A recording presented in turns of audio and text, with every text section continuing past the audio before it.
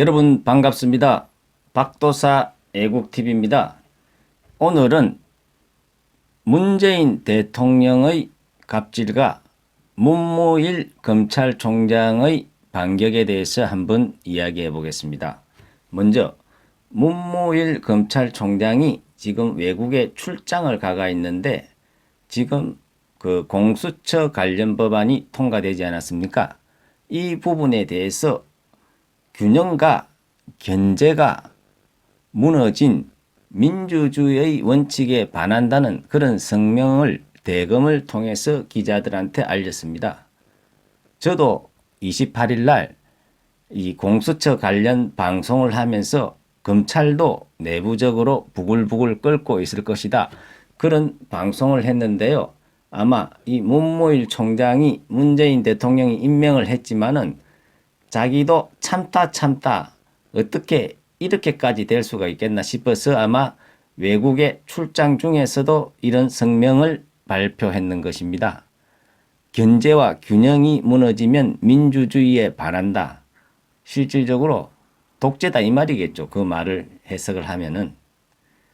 자, 정말로 이게 문재인 대통령께서는 이제 임기가 뭐 한 3년 남았는지 모르겠습니다만은 정말 이런 식으로 하면은 나라가 완전히 거들날 수밖에 없습니다.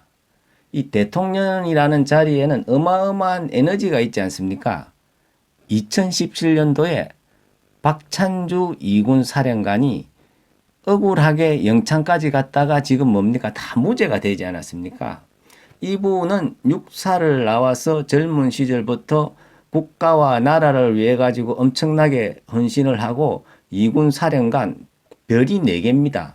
군에서 별 4개면 실질적으로 최고의 자리 아닙니까?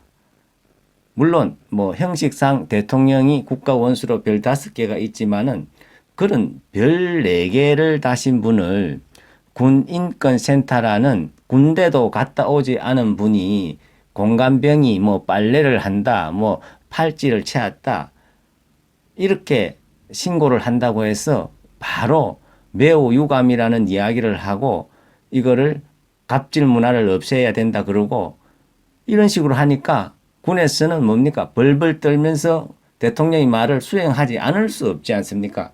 그래서 바로 이분이 별 4개가 하루아침에 헌병대 지하 영창에 들어가는 이런 경우를 당하니 이분이 얼마나 처절한 심정을 느꼈겠습니까? 실제로 이분이 이런 소감을 피력했어요. 내가 지금 적의 포로로 잡혀 있는 것은 아닌가. 그런 엄청난 굴욕감을 느꼈다 그럽니다. 그리고 그런 갑질을 수사하니까 그게 전부 다 무죄로 판명이 되니까 어쩌든지 죄를 만들어야 되니까 별건으로 또 수사를 해가지고 뭐 업자들한테 뇌물을 뭐 받았니 많이 하고 또 그래 가지고 또 수사를 해가지고 엮어 넣으려고 했지만은 그것마저도 뭡니까? 무혐의, 무죄가 되는 겁니다.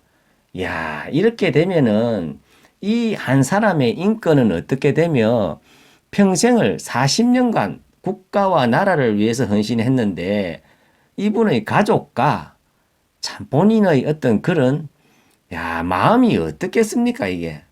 정말 대통령이라는 자리에 계신 분은 말을 절대로 함부로 해서는 안 되거든요. 더군다나 이 별 4개면 군의 상징인데 이런 분의 어떤 뭡니까?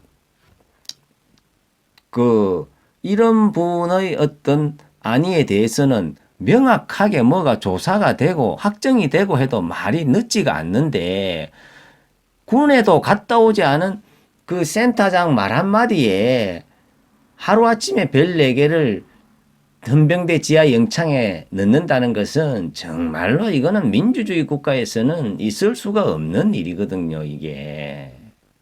그런데 또 자기들 편한 데는 엄청나게 간대해요.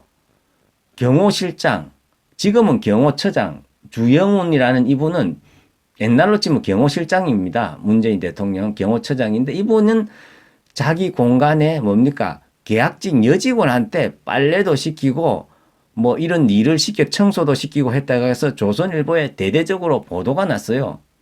그리고 이제 기자들이 뭐 인터뷰 요청도 하고 했는데 특별한 해명도 하지도 못했어요. 근데 자기 수하들에 대해서는 이런 방구가 없어요.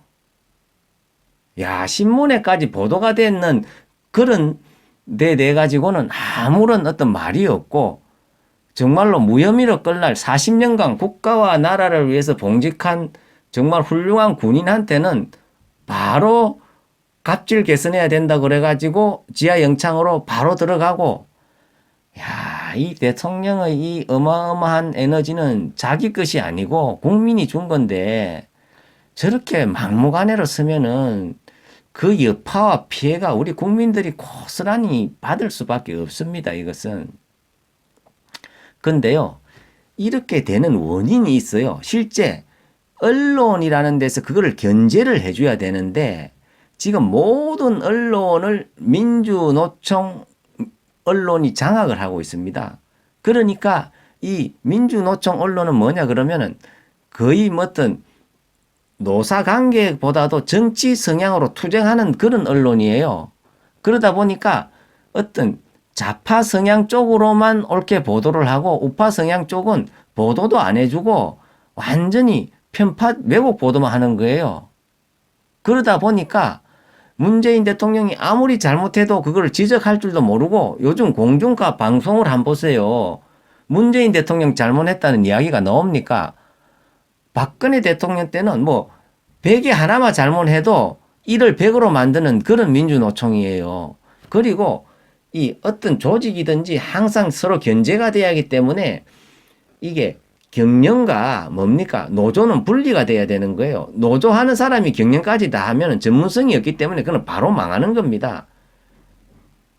자, 지금 MBC도 그렇죠. 우리나라 큰 방송국이지만 최승호라는 사람은 MBC의 그 노조 지부장 출신 아닙니까? 옛날에 PD 수첩 보도 잘못해가지고 잘린 걸로 아는데 그러다가 뭐 인터넷 신문 뉴스타판가 있다가 바로 문재인 정부 들어서자마자 사장으로 복직하지 않았습니까? 전혀 경영은 모르는 사람이에요. 이러니 뭐 언론이 제대로 되겠습니까, 이게? 그리고 KBS도 마찬가지지 않습니까? 국가 공영 방송인데 그것도 전혀 경영을 모르는 노조위원장 양승동 씨가 하지 않습니까? 그러니 뭡니까? 북두칭송위원회인가 하는 그런 인터뷰를 김재동 무슨 방송에다가 하고 산불이 났는데도 김재동이 방송한다고 산불 보도도 안 하고 우리나라 온 산야가 다 타고 이런 난리붓을 지기고 있지 않습니까? 제일 첫 번째 이 문제는 이 언론입니다. 이거 뿌리째 바꾸지 않으면은 나라 망하는 거는 한순간이고요. 그리고 우리 국민들은 제대로 된 정보를 듣지 못하기 때문에 계속 착시 현상을 일으키는 겁니다. 이게. 정말로 이 언론인들 민주노총 언론 다 탈퇴하셔가지고 제대로 된 언론 노동조합 만들어가지고 국가와 민족을 위하는 그런 일을 해야지 저렇게 민주노총 지도부에 질질 끌려가가지고 자기들 하고 싶은 말도 못하고 뭡니까? 거기에서 어떤 카테고리 안에서만 보도를 하고 그런 식으로 하면은 나라에 죄를 짓는 겁니다. 그리고 언론이라는 것은 권력을 견제를 해야 권력이 긴장을 하고 더 잘할 수가 있는데 권력을 견제를 하는 것이 아니고 자기들이 반대되는 세력만 견제를 하니까 그게 쓰레기지 언론이라 할 수 있습니까? 정말 지금 한국의 민주노총 언론은요, 쓰레기보다도 저는 못하다고 봅니다. 왜냐? 기고만장하고 있거든요. 얼마 전에는 이 민주노총 언론들이 국회를 쳐들어가 가지고 담장을 다 무너뜨리고 경찰관들을 때리고 그러면 다른 데서 이런 식으로 했으면 난리가 나고 막 나라가 뒤벼졌을 겁니다. 그런데 그 사람들 뭡니까? 뭐 구속 수사도 안 하고 훈방 조치하고 뭐 불구속 상태에서 수사를 하는 동 마는 동 하고 이러니까 이 법도 무너지고 모든 질서가 다 무너지는 거예요, 이게. 야, 이 대한민국 정말로 이거 난리가 났습니다. 우리 보수 우파 쪽에 있는 국민들이 정신을 똑바로 차리지 않으면은 이 나라가 한마디로 금방 날아갈 수가 있습니다. 지금 우리나라 경제는 어떻습니까? 전혀 경제를 못하는 사람들이 이거를 경제를 운영을 한다고 있으니까 경제는 한마디로 망가지고 있는 거 아닙니까? 한 시간에 매출이 10,000원이 안 되는데 의무적으로 10,000원 이상은 주라고 법적으로 정하고 안 주면 처벌한다 그러고 이런 나라가 어디 있습니까? 지금 최저시급이 주휴수당하고 포함하면 1,200원인가 그렇게 돼요. 식당 하는 사람이 주인이 호를 하고 팥죽을 한 사람 쳤다 보면 한 시간에 매출이 10,000원이 안 오르는데 그 사람 10,000원 주고 나면은 주인은 세줘야 되고 자기 인건비는 고사하고 후지기소로 지금 다 망하고 있습니다. 근데 자기들끼리 모여가지고 회의해가지고 무조건 10,000원 주라 그러고 안 주면 법에 위반되니까 처벌받게 만들고 이게 경제입니까? 아마 기업들도 속으로는 정말 부글부글하고 이 나라 떠나고 싶을 겁니다. 야, 이 사람들은 진짜 어떤 아무 관념이 없는 것 같아요, 정말. 정말 언론들 정신 차리기를 정말 바랍니다. 지나고 나서 쓰레기보다 못한 인간이라는 소리 안 듣기를 간절히 바랍니다. 예, 감사합니다.